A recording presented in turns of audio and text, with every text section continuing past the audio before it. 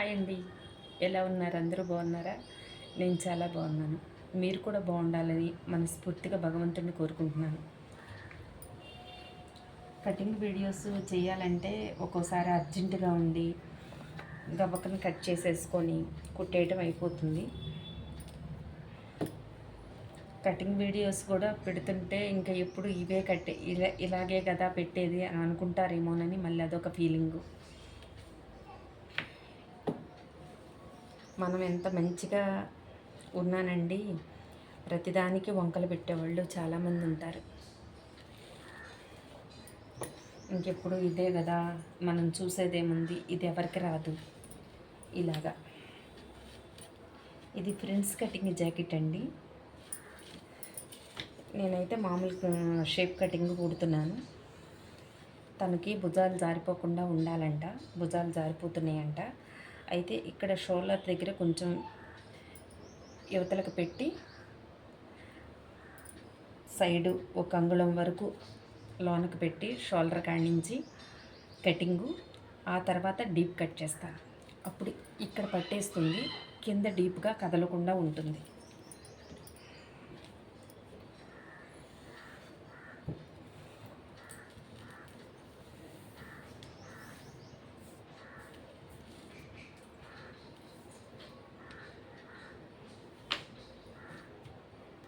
ఇది బ్యాక్ హుక్స్లు అనమాట.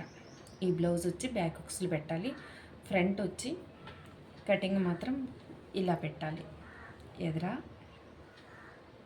ఇంతకుముందు మనం స్టార్ టైప్లో కుట్టుకునేవాళ్ళం. ఇలా వచ్చి ఇలా షేప్ లాగా వచ్చేలాగా, కొంచెం క్రాస్ లాగా వచ్చేలాగా చూసి కుట్టుకునేవాళ్ళం కదా, అలాగా.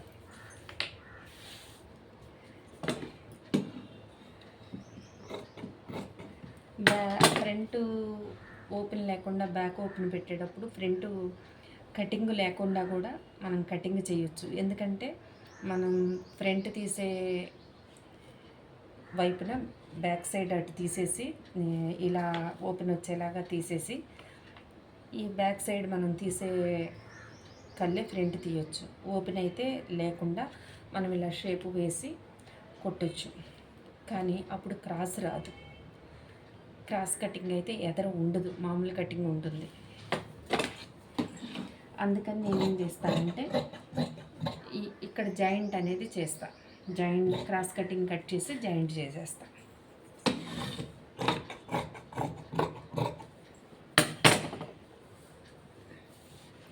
ఈ రెండు బ్లౌజులు కూడా ఒకటేమో హ్యాండ్స్ వచ్చి ఒకటేమో ఎల్బో హ్యాండ్స్ పెట్టాలి, ఒకటేమో బాహుబలి బుట్టలాగా ఇక్కడ కూర్చోబెట్టి ఇక్కడ పట్టీలాగా వెయ్యాలి. అందుకని చేతులు వచ్చేసేసి నేను ముందు ఏం చేస్తానంటే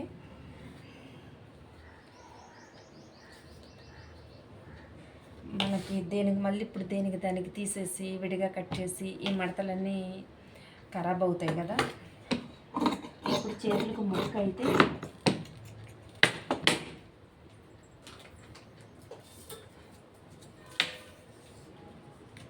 నేను 11 తీసేస్తున్నా. బాహుబలి బుట్టకు పెట్టేది కానీ దేనికి కానీ 11 తీసేస్తున్నా. 11 ఎందుకు తీసేస్తున్నారు అంటే చెప్తాను. ఒకటి 10.5 రావాలి చెయ్యి పొడుగు. దానికి కుచ్చు కానీ ఏమీ కానీ అవసరం లేదు, ఎల్బో హ్యాండ్ అనమాట. దాంతోపాటు ఈ కుచ్చు పెట్టేది కూడా క్లాత్ తీసేస్తున్నా. ఇప్పుడు దీన్ని కటింగ్ అయితే చేయను నేను. ఇది 11 పెట్టి ముక్క అయితే తీసేసా. ఇలా ముక్క అయితే తీసేస్తా 11 పెట్టి. నాకు తర్వాత ఏ కటింగ్కి ఏ బ్లౌజ్ పెట్టాలో అప్పుడు విడిగా తీసేసుకుంటా. కన్ఫ్యూజ్ లేకుండా ఉంటుంది, కటింగ్ ఈజీగా ఉంటుంది. ఇప్పుడు ఫ్రంట్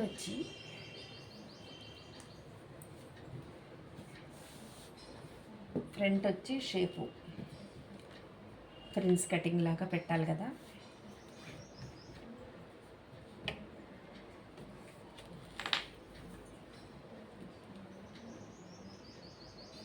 ఇప్పుడు ఇలా క్రాస్ పెట్టేశాను, బ్యాక్ సైడ్ని తీసుకొచ్చి ఇలా క్రాస్ పెట్టేసి ఎదర మాత్రం ఒక అరంగుళం తక్కువ కట్ చేస్తా ఫ్రంట్.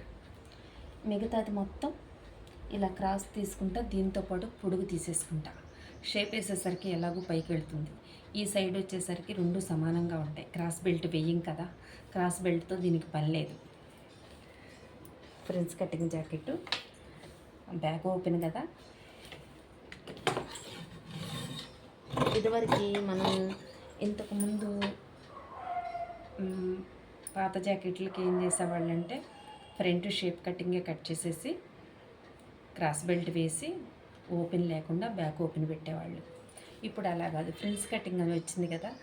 దీంతో పాటు పొడుగు తీసేసుకొని ఈ ఎదర మాత్రం ఒక అరించి ఇలా మనం క్రాస్గా కట్ చేసుకుంటే, ఇక్కడ మాత్రం సైడ్ కరెక్ట్గా కట్ చేసుకుంటే సరిపోతుంది.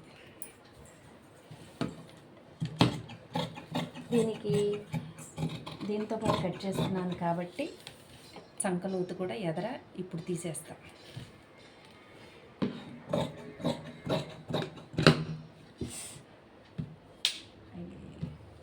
కట్ అయిపోయింది.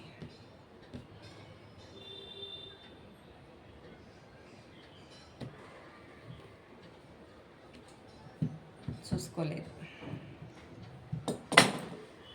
ఆది జాకెట్ థ్రెడ్ కట్ అయిపోయింది, చూసుకోలేదు. దీన్ని ఏదో ఒకటి చేయాలి ఇప్పుడు, జాగ్రత్తగా వాళ్ళకి తెలియకుండా దాంట్లో లోన్ పెట్టి కుట్టేయాలి. అంతే, ఒక్కోసారి పొరపాటు జరిగిపోతుంది, మనం గమనించుకోము.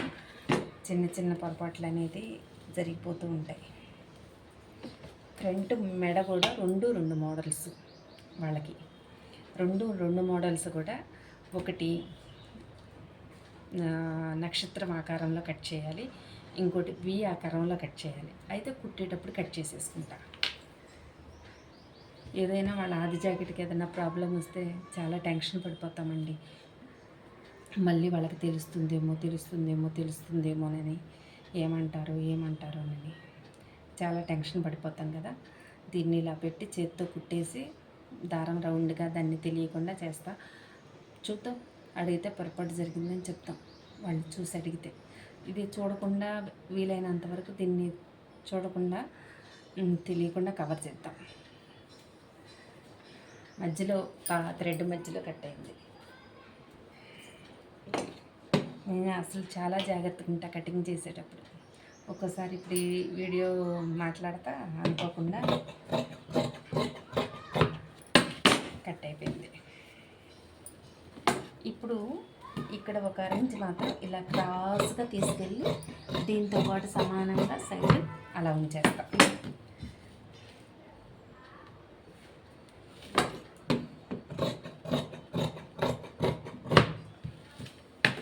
సమానంగా ఉంచేసాను. ఫ్రంట్ నెక్ అయితే మాత్రం ఇప్పుడు కట్ చేయను. ఫ్రంట్ క్రాస్, చంక క్రాస్ మాత్రం ఇప్పుడే తీసేస్తాను. మామూలుగా నేను షేప్ జాకెట్లకైతే ఇట్లా రౌండ్ తిప్పేటప్పుడే తీసేసుకుంటాను కదా, అది కటింగ్ వేరులాగా ఉంటుంది కదా. అదే దీన్ని ఇలా తీసేసాను. ఓకే,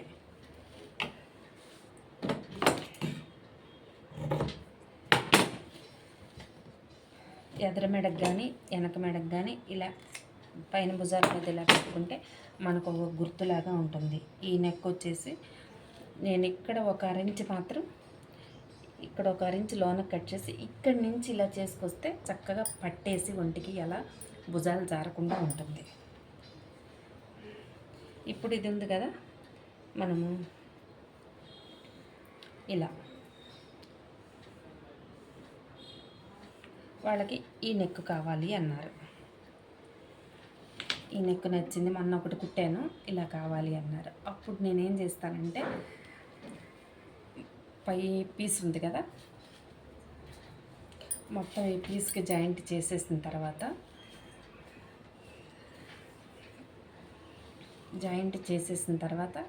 చక్కగా కట్ చేసి జరగకుండా రెండు కలిపి కుట్టేసేస్తా. కుట్టేసిన తర్వాత మెడ మొక్కేస్తా.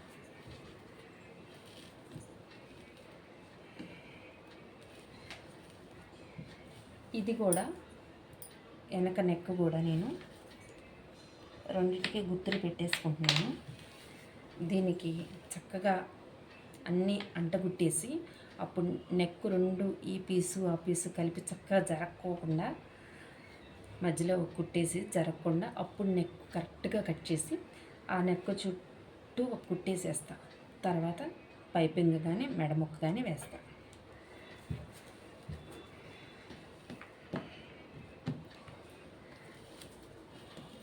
ఇక మనకి ఈ మిగిలిన ముక్క చాలా ముక్క ఉంది కదండి. ఈ ముక్క అంతా చాలా ముక్క ఉంది కదా, మనకి ఇంకా నడుము ముక్కలకు కానీ ఉక్సులు చాలా ఈజీగా సరిపోతుంది, అన్నీ చక్కగా సరిపోతాయి. ఇప్పుడు నేను వచ్చి దీనికి ఎల్బో హ్యాండ్ అయితే పెట్టాలి.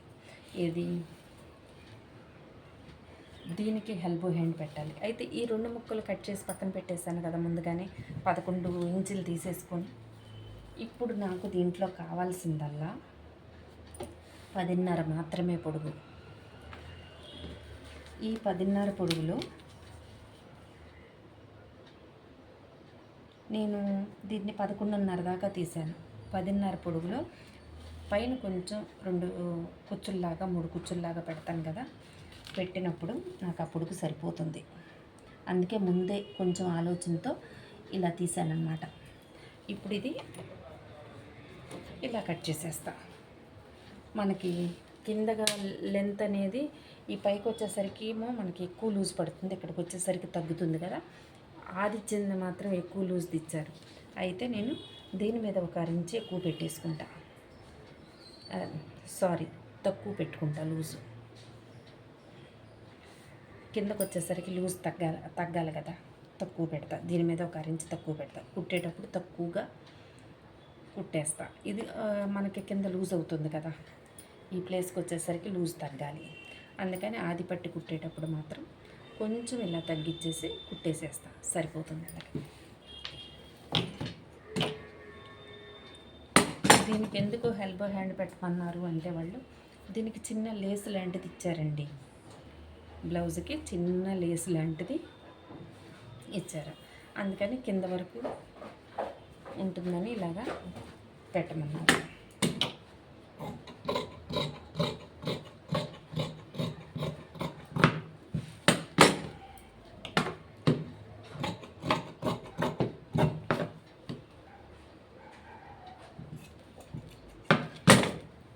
చూసారా, ఇక్కడ కొంచెం 2 ఫిల్స్ పెట్టేసరికి మనం పెట్టుకున్న 6 ఇంచు పొడుగు పైకి వెళ్ళిపోతుంది, సరిపోతుంది పొడుగు కూడా. ఇక దానికి ముక్క కూడా తీసుకున్నాను కదా, ఇదే సేమ్ పొడుగులో తీసేసుకున్నాను. నాకైతే ఇప్పుడు ఆ జాకెట్కి ఇంత పొడుగు అవసరం లేదు. నేను ఆ కటింగ్కి ఇబ్బంది లేకుండా ఉండడానికి చేతుల వరకు తీసి పక్కన పెట్టేసాను అంతే.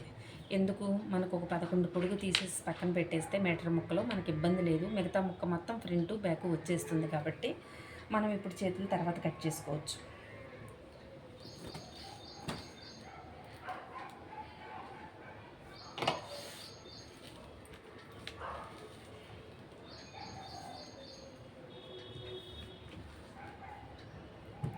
దీంట్లో 8 వరకే తీసుకుంటున్నానండి నేను పొడుగు. 8 ఇంచుల పొడిగే తీసుకుంటున్నా. ఎందుకంటే నెక్స్ట్ పొడుగు మనకి పట్టీలాగా రావాలి. నెక్స్ట్ ఇంకా కొంచెం వచ్చే పొడుగు పట్టీలాగా రావాలి, బాహుబలి బుట్టలాగా. దీన్ని కూడా కుచ్చు పెట్టుకునేలాగా ఇలా కిందకి కొంచెం డౌన్ చేసి కట్ చేసుకుంటే మనకి కింద కూడా కుచ్చు కావాలి కాబట్టి ఈ లైనింగ్ ఈ లెంత్ సరిపోదు. ఇక్కడ మిగిలిన ముక్కను కొంచెం మనం అడ్జస్ట్మెంట్ చేసేసుకుంటే ఆ నెక్స్ట్ తీసుకునే ముక్కలో దానికి తగ్గకుండా దీని అంత లెంత్ తీసేసుకోవచ్చు. ఇక్కడికి వచ్చేసరికి మనకి ఇక్కడ కుచ్చు పెడతాం కాబట్టి ఇక్కడ కొంచెం ముక్కలు వేసుకుంటే కటింగ్ చేసిన తర్వాత ముక్కలు వేసుకొని అది కూడా మనం కరెక్ట్గా కిందకి క్రాస్గా కట్ చేసేసుకుంటే సరిపోతుంది. ఇక్కడ ఈ ప్లేస్లో ముక్క మిగిలింది కదండి, అది పట్టీలాగా మనం ఇక్కడ వేయాలి కదా, దానికి ఇది లైనింగ్ సరిపోతుంది. ఈ వెడల్పు లైనింగు పట్టీలాగా వేయటానికి సరిపోతుంది. అప్పుడు అందుకే నేను ముందే తీసేసాను, పట్టీకి కూడా దీంట్లోనే వస్తుంది లైనింగు అని.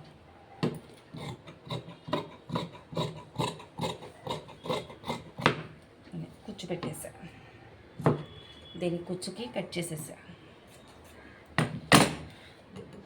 పైన ఇంతవరకు కుచ్చు పెట్టినా ఇది బాహుబలి పుట్ట కాబట్టి ఇక్కడ మనకు లైనింగ్ సంఖ ముక్కలు పడతాయి. ఎందుకు కింద కూడా మనకు రావాలి, పైన రావాలంటే కొంచెం ఈ లెంత్లో కొంచెం ముక్క వేసుకున్నామంటే మనకి కొంచెం ముక్కలు ఇక్కడ కూర్చోపెట్టుకున్నా అది మొత్తం సంకర ఉండి సరిపోతుంది. ఇది మాత్రం సంక ముక్క పడకుండా మనం ఎలాగైనా తీసుకోవచ్చు. ఇది ఒక్కటి పడింది అనుకోండి, ఆ ముక్క వేసేసి ఇది తీసేసుకోవచ్చు. అయితే నేను ఇప్పుడు ఏం చేస్తానంటే ఇవి కటింగ్ అయిపోయినాయి. మీకు దాన్ని నేను వివరం చెప్పేశాను కదా. అది ఇప్పుడు ఈ ముక్కలు తీసి పక్కన పెట్టేద్దాం.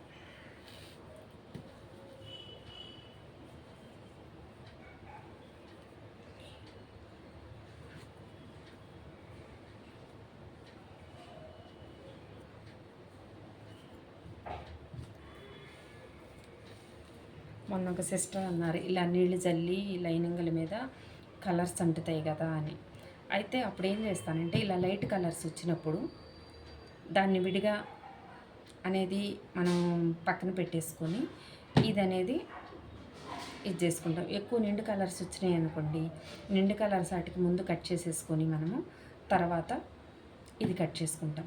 కాకపోతే నేను అలా కాకుండా రెండు కలిపే కట్ చేశాను. ఎందుకంటే ఎక్కువ రంగు అంటుకోకుండానే చూసుకున్నాను కాబట్టి, జాగ్రత్త పడ్డాను కాబట్టి నేను అలా చేశాను. తెలుస్తుంది మనకి రంగు అంటేది అంటుంది తెలిసిపోతుంది కదా. అది నేను అప్పుడు వీడియోలో నేను చెప్పలేదు. సో కంపల్సరీగా కొన్ని కలర్స్ అనేది మనకి డిఫరెంట్ తెలిసిపోతుంది. ఈ కలర్ నీళ్ళు చల్లేటప్పుడు లైనింగ్లు ఈ కలర్ పోతుంది అనే విషయం అయితే మనకు తెలిసిపోతుంది. అప్పుడు జాగ్రత్తగా మనం అనేది చేసుకోవాలి. ఆ విషయం నేను ఆ వీడియోలో చెప్పలేదు.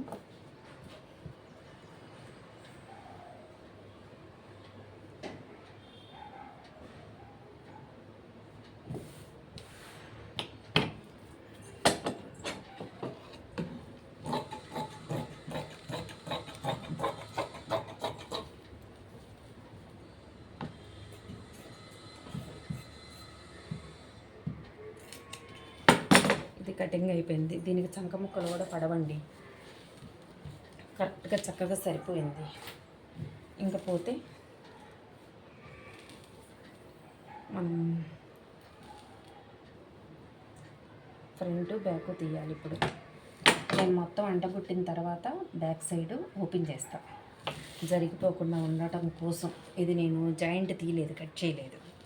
అయితే నేను ముందు ఇప్పుడు ఈ రెండు కట్ చేసేసి ఇలాగా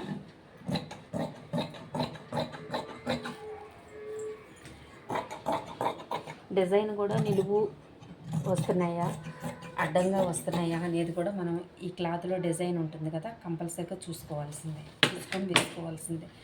డిజైన్ ఎలా పడితే అలా వస్తే మళ్ళీ అది చేతకాని వాళ్ళు కుట్టినట్టు, దాని మీద అవగాహన లేని వాళ్ళు కుట్టినట్టే ఉంటుంది.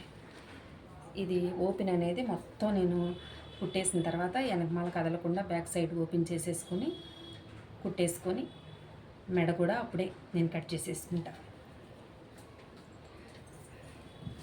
ఇక్కడ అనేది నాకు పని తేలికైపోతుంది. అక్కడ కుట్టేటప్పుడు ముక్కలు జరగవు కాబట్టి పని కూడా అక్కడ కూడా తేలికైపోతుంది గాబక్కన కట్ చేసుకోవడానికి. ఇది ఇప్పుడు దీన్ని మనం ఫ్రెండ్స్ కటింగ్ కాబట్టి దీన్ని కూడా ఈ ముక్కను కూడా క్రాస్ వేద్దాం. ఇది ఆల్రెడీ నేను క్రాస్ వేసేసా కటింగ్లో.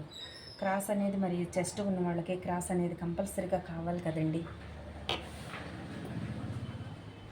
క్రాస్ లేకపోతే చెస్ట్ వాళ్ళకి ఏంటంటే ఇలా అతుక్కుపోయినట్టు ఉంటుంది.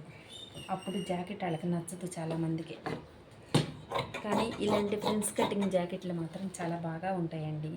డ్రెస్సులు వేసుకుంటారు కదా ఎక్కువగా, వాళ్ళకి ఇవి వేసుకున్నప్పుడు వాళ్ళకి ఏంటంటే రెడీమేడ్ వచ్చే కటింగ్ అతుక్కుపోయినట్టు ఉంటాయి. కానీ ఈ ఫ్రెండ్స్ కటింగ్ మనం కుడితే మాత్రం ఇలా ఇక్కడ కటింగ్ చేసేస్తాము, ఇక్కడ అనేది షేప్ లాగా తీస్తాము.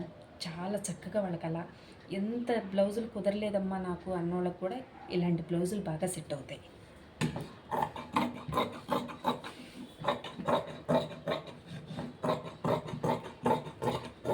కుదరట్లేదమ్మా ఎప్పుడు నాకు అన్న వాళ్ళకు కూడా ఇలాంటివి సెట్. కాకపోతే అందరూ వాడలేం కదండి, అందరూ ఇలాంటి బ్లౌజులు అయితే వాడలేము కదా. ఇది మొత్తం నేను అంట కుట్టేసిన తర్వాత దీన్ని నెక్ కటింగు, అవన్నీ చేసేసుకొని షేపులు వేసుకోవడానికి వీటన్నిటికీ నేను అక్కడే రెడీ చేసేసుకుంటాను.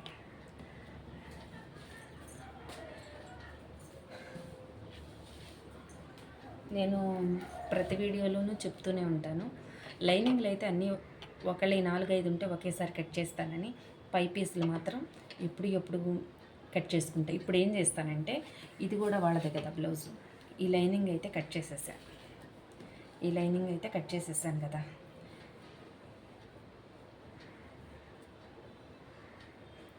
ఇదైతే ఇప్పుడు కట్ చేయను. ఆ జాకెట్ మొత్తం కుట్టేసి కంప్లీట్ చేసిన తర్వాత వచ్చి ఈ పీసు అప్పుడు కట్ చేసుకుంటాను నేను ఇవేసి. అప్పుడు నెక్స్ట్ ఆ బ్లౌజ్ అయ్యాక ఈ బ్లౌజ్ కుట్టేస్తాను. అది నేను ఇప్పుడే కట్ చేసేసాను అనుకోండి, నాకు ఎందుకో సాటిస్ఫై అనిపించదు. ఆ బ్లౌజ్ మొత్తం కంప్లీట్ చేసుకొని నెక్స్ట్ ఇది కట్ చేసుకుంటే నాకేమన్నా చిన్న చిన్న ప్రాబ్లమ్స్ ఉంటే కూడా అర్థమైపోతూ ఉంటాయి. మొత్తం అన్నీ కట్ చేసి పై ముక్కలన్నీ నేను అలా పెట్టేసుకోవడం ఎందుకు అనిపిస్తుంది.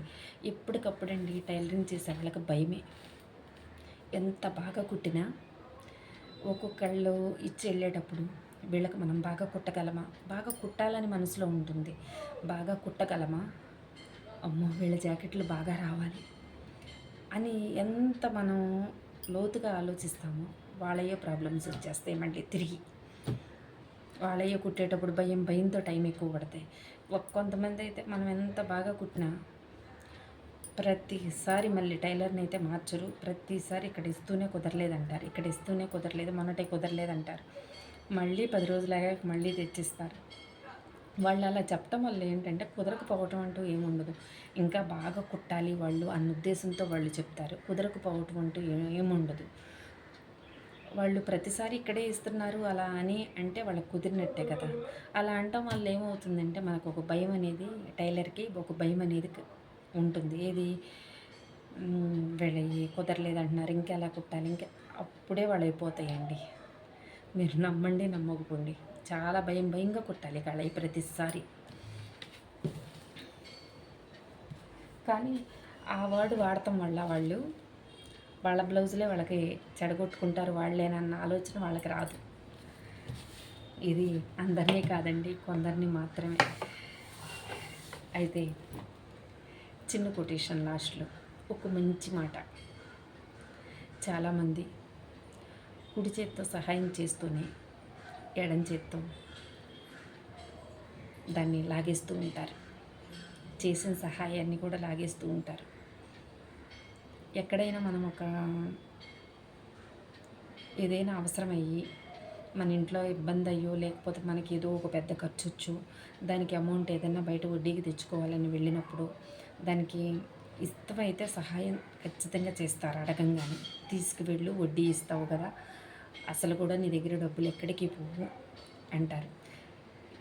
అస్సలు వాళ్ళు మనం ఒక్కసారి చెప్పంగానే ఇచ్చేస్తారు. ఎందుకంటే మన మీద వాళ్ళకు ఉన్న నమ్మకం అది. మనం ఇస్తాము ఎగ్గొట్టము అనే నమ్మకం.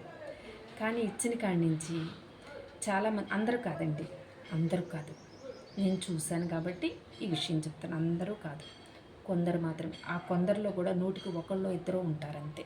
అందరూ 100కు 100% ఉంటారని చెప్పడం. 100కి 99% లేదా 98% మంచోళ్ళు ఉంటారు. 1-2 ఇలా ఆలోచించే వాళ్ళు ఉంటారు. 100కి 99% మంచి వాళ్ళే ఉంటారు. 100కి 98% మంచి వాళ్ళే ఉంటారు. వాళ్ళల్లో 1-2 మాత్రం అడగంగానే చాలా పెద్ద మనసుతో సహాయం చేస్తారు. చేసిన తర్వాత ఆ రూపాయితో వీళ్ళు ఎక్కడ బాగుపడిపోతారోనని మనల్ని మైండ్ డిస్టర్బ్ చేసేస్తారు, మనల్ని టెన్షన్ పెట్టేస్తారు. నేను అది చాలా దగ్గర వ్యక్తులతోనే ఆ బాధపడ్డాను నేను. మళ్ళీ మనం పనిలో పెట్టుకొని ఆ రూపాయిని దాన్ని రొటేషన్ చేసుకొని ఇచ్చే అంత టైం కూడా మనకి ఇవ్వరు వాళ్ళు. అది భరించలేక మనం మళ్ళీ వేరే చోట తీసుకొచ్చి వాళ్ళకి ఇచ్చేస్తే మనం ప్రశాంతంగా పనిచేసుకుంటాం కదా అని కూడా అనిపిస్తుంది ఒక్కోసారి. నిజం కాదంటారా? మీరే చెప్పాలి, నిజమో కాదు. అందుకే కుడి చేత్తో చేసిన సహాయం ఎడం చేతికి తెలియనివ్వకూడదు.